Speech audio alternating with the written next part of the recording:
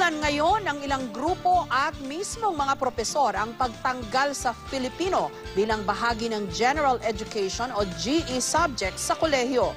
Sa bisa kasi ng isang kautusan ng CHED o ng Commission on Higher Education, hindi na obligado ang mga kolehiyo na ituro ang Filipino simula sa 2016. Si Steve Dailisan on assignment. Ang hindi marunong magmahal sa sariling wika, masahol pa sa malansang isda. Yan ang turo sa atin ng ating pambansang bayani.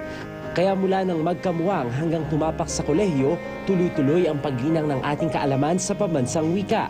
Si David San Juan, propesor ng Filipino sa kolehiyo, sa kanyang karanasan, pinag-aralan man mula elementary hanggang high school pero pagdating sa kolehiyo, hilaw pa rin ang mga estudyante pagdating sa wikang Filipino. Doon na lang sa paggamit ng mga common na salita.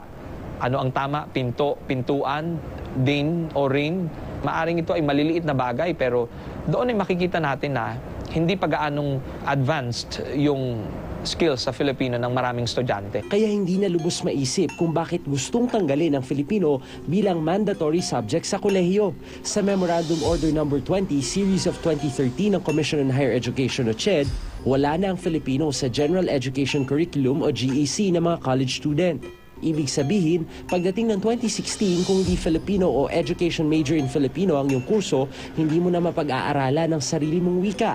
Katwiran ng CHED, sapat na raw ang pagtuturo ng Filipino subject sa grades 11 and 12 sa ilalim ng K-12 curriculum. Aral kasi at pagtataguyod kahit sa ang level kahit sa pamilya, sa basic education. Hanggat maaari pagdating mo sa college, yung mga major subjects na lang. Bagay na kinontra ng Liga ng mga Propesor maging ng National Committee on Language and Translation. Ang Filipino kasi na ibababa sa senior high ay yung academic Filipino. Ano ang nawawalang diskurso? Yung Filipino kung saan ma-appreciate ng bata yung gamit ng wikang Filipino doon sa kursong kinukuha nila. Pero ang mas malaki raw issue ay ang tila pag-itsapwera ng sarili nating pamalaan sa ating pambansang wika.